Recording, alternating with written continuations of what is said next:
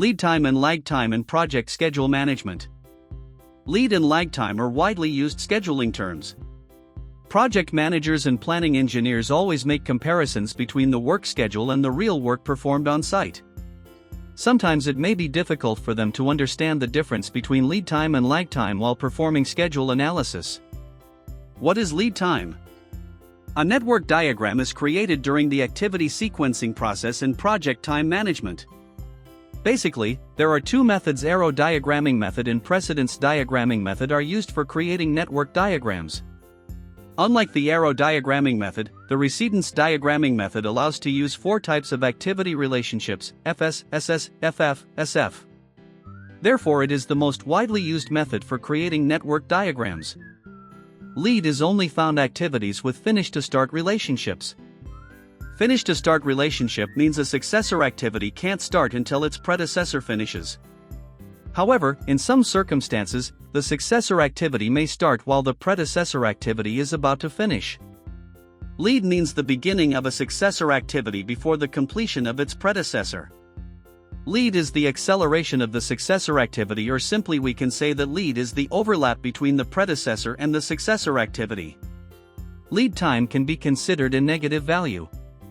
Lead time can also be used in conjunction with schedule compression techniques such as fast tracking. How to calculate lead time? 1. Identify the start and end points. 2. Collect relevant data. 3. Calculate the lead time. 4. Consider business days. 5. Refine the calculation. 6 types of lead time. 1. Development lead time. 2. Procurement lead time. 3. Production lead time. 4. Shipping lead time. 5. Purchasing lead time. 6. Delivery lead time. Example for lead time. Assume that you are a procurement manager of a steel bridge project and you are planning manufacturing and transportation activities. In your initial plan, relationship between the manufacturing and the transportation activity is finish to start. In order to accelerate the process, you can start the transportation activity before the completion of all the manufacturing. Below figure illustrates two activities that have finished to start relationship. The transportation activity is dependent on manufacturing activity. In other words, manufacturing is the predecessor of transportation activity. What is lag time? Lag is the delay of the successor activity. The successor activity cannot start right after the end of the predecessor activity.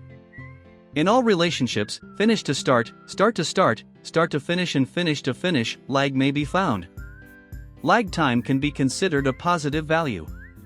Lag time can be considered as a waiting period or a delay between two activities.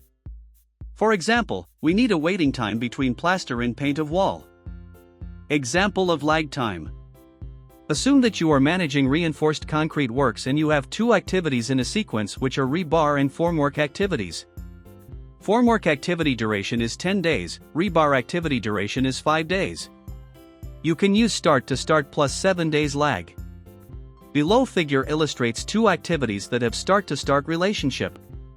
The rebar activity is dependent on the formwork activity. In other words, rebar is the predecessor of formwork activity.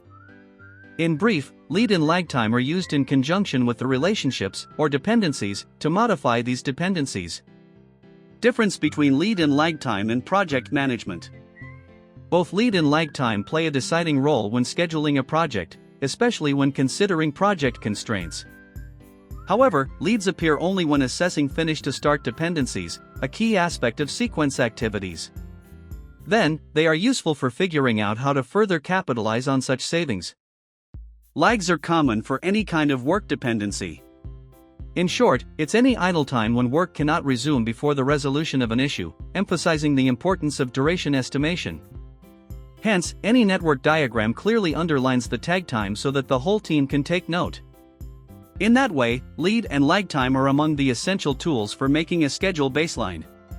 By using them, the project lead can avoid obstacles, ensure alignment with the work breakdown structure, and ensure a successful outcome.